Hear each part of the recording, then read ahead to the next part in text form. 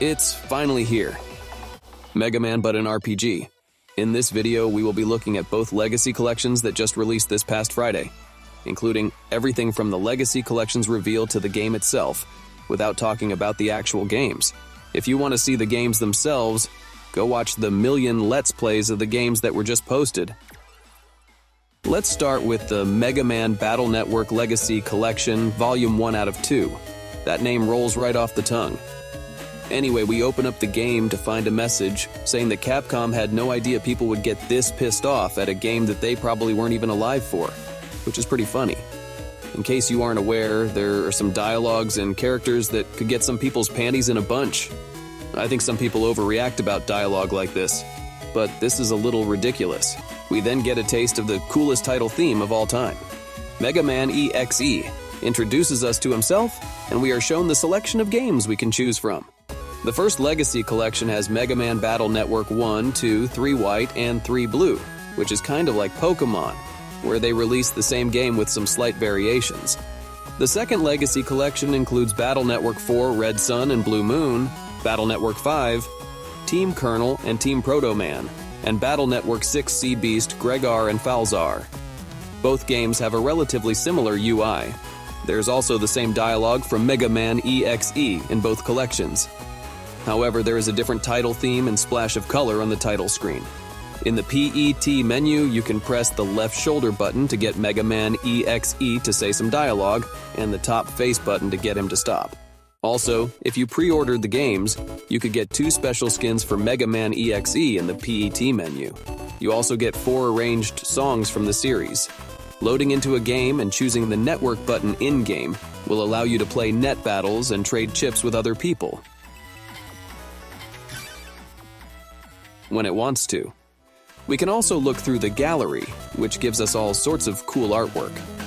We also finally have access to patch cards, which were physical cards you could purchase in stores, and scan into the games with the Game Boy Advance's e-reader to get some sweet upgrades to our precious NetNavi. This was only in Japan, unfortunately. But now, after 20 years, we can finally get our sweaty American hands on the PNGs of them. Hey, I won't complain, these are still really cool.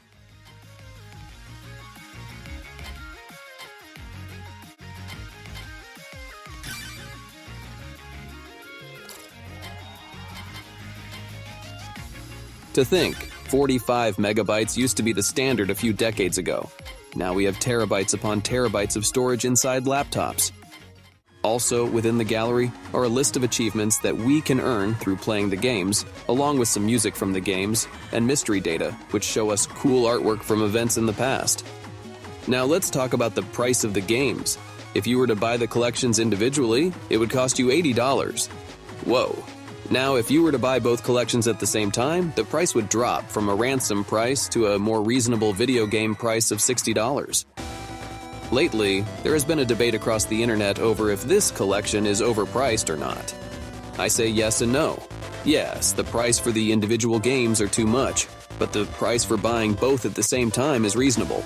They should be $30 each and $60 for both of them. I believe that the people who say this game is overpriced haven't actually played these games yet. They're probably assuming that the Battle Network games are the same length as regular Mega Man games, which are only a few hours long. However, Mega Man Battle Network games are much longer.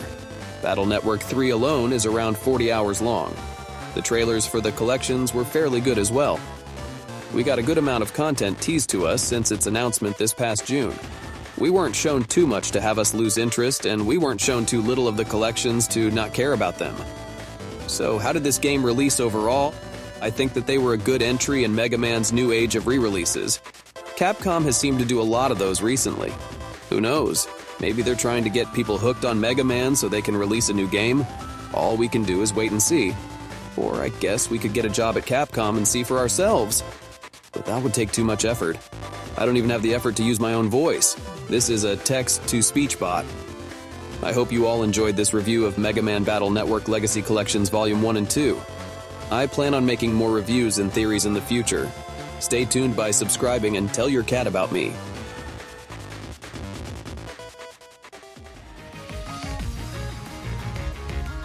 Who